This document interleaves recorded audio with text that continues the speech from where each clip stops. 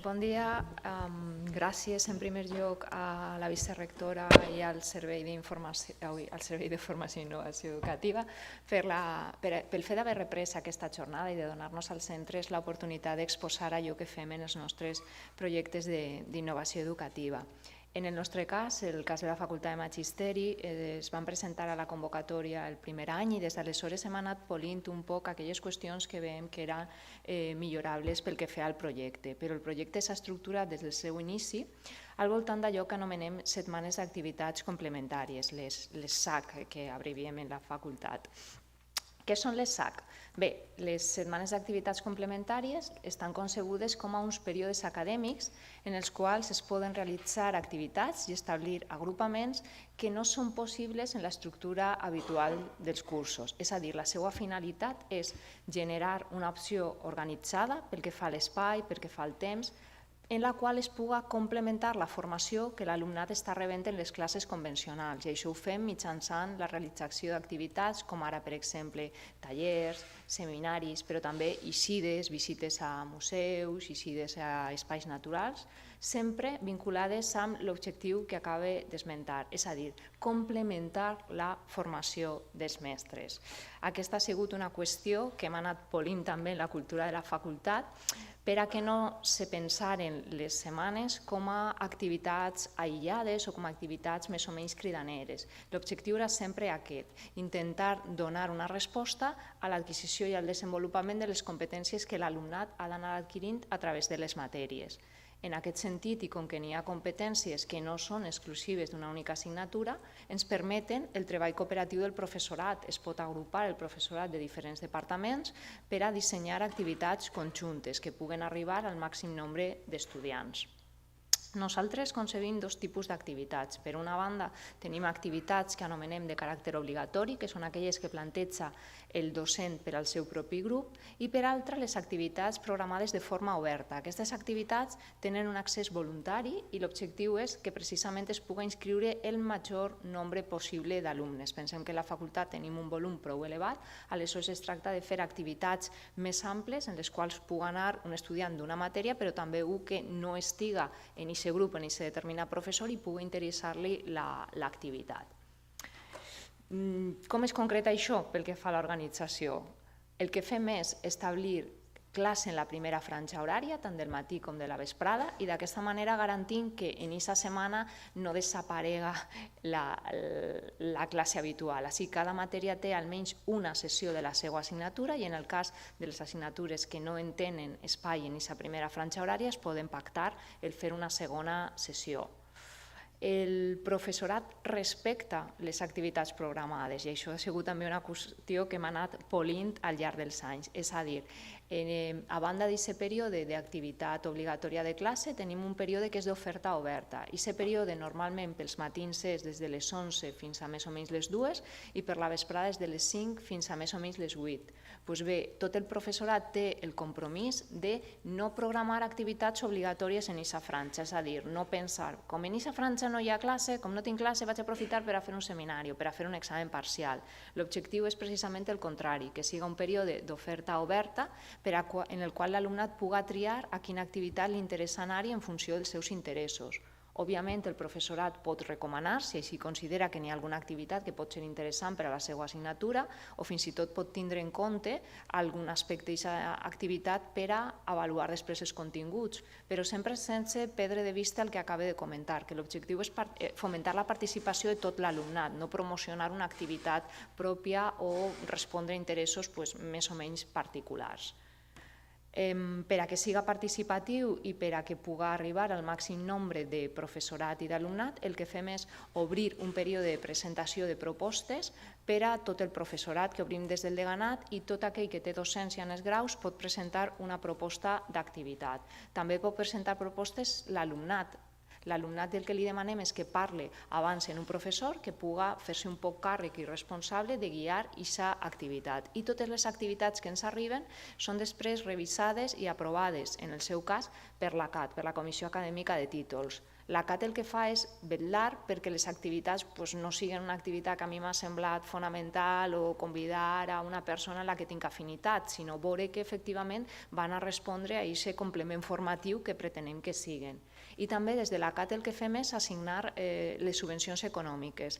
Els diners que rebem del servei de formació i la quantitat que el centre posa, el posem a l'abast de tot el professorat, d'acord amb criteris de repartiment igualitari. És a dir, no pesa la categoria o l'antiguitat, sinó que el que intentem és que arribi al màxim nombre de professors, per la qual cosa tenim una quantitat establerta en la CAT, que n'hi ha un màxim que es pot rebre per professor i per activitat, i intentem que el ventall siga el màxim nombre possible d'activitats, afavorir que es facin moltes activitats per a que l'alumnat tinga efectivament aquesta possibilitat i tinga aquesta capacitat de triar, de veure entre una oferta que siga atractiva i que siga educativa. Al llarg dels anys hem anat variant també el nombre d'activitats, el nombre de setmanes que en fem.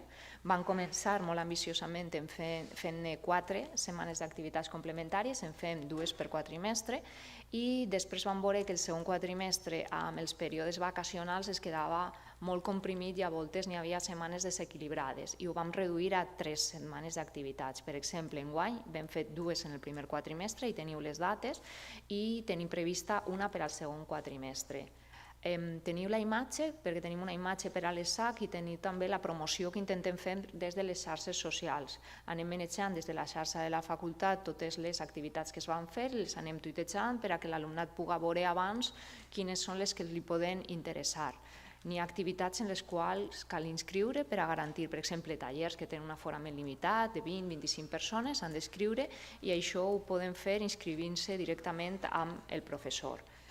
Això ens garanteix que tenim un nombre molt elevat, com he comentat. Per exemple, així tenim el quadre de les activitats i publiquem sempre de manera oberta 2 quadres en la facultat. Un quadre és el de totes les activitats diàries obertes que es fan tant de matí com a la vesprada. Així teniu un fragment del que es va fer en la primera setmana d'activitats complementàries en el primer quadrimestre. Com veureu, n'hi ha moltes activitats, algunes concentrades més en uns dies i en altres, però tenim sempre al voltant d'unes 50 activitats lliures entre el matí i la vesprada, i després tenim activitats de professor amb el seu grup.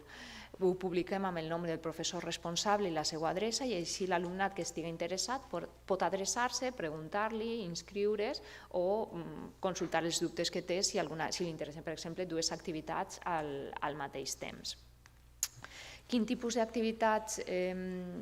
Les activitats, a més, el que fem també és aprovar el calendari de les activitats complementàries juntament amb el calendari acadèmic de la facultat. Així, des de finals del curs d'abans, tot l'alumnat i el professorat pot saber en quines dates es van a fer i planificar amb una certa antelació si, per exemple, li interessa dur a una persona determinada o programar alguna activitat que pensa que pot ser interessant.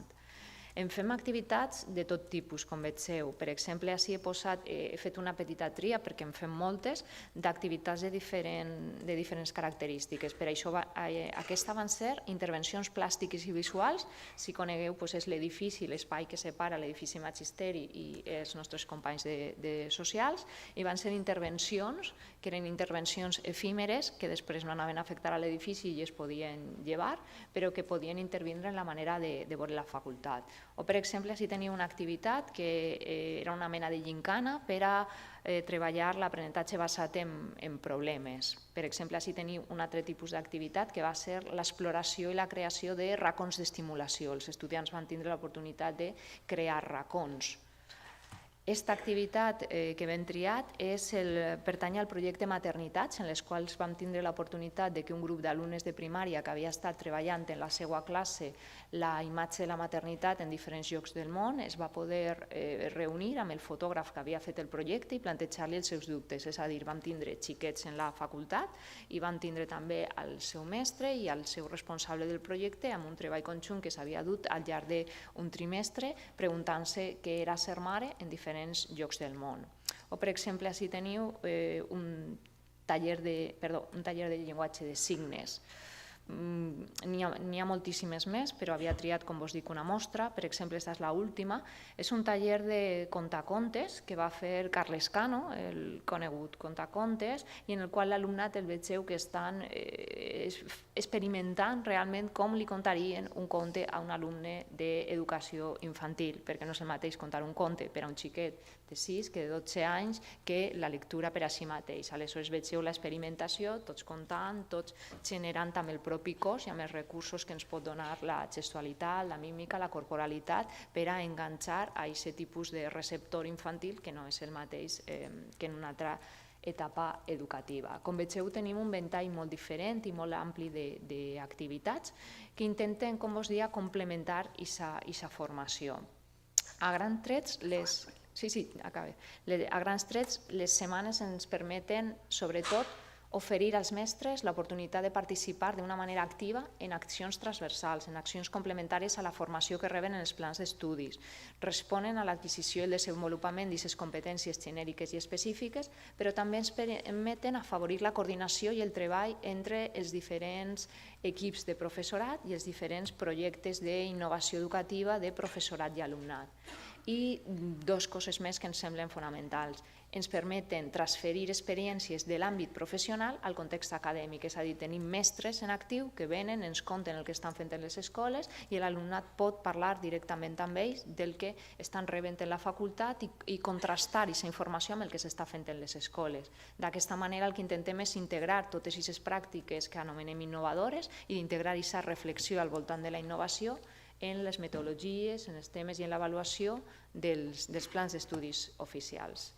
I bàsicament això. Moltes gràcies. Gràcies a tu.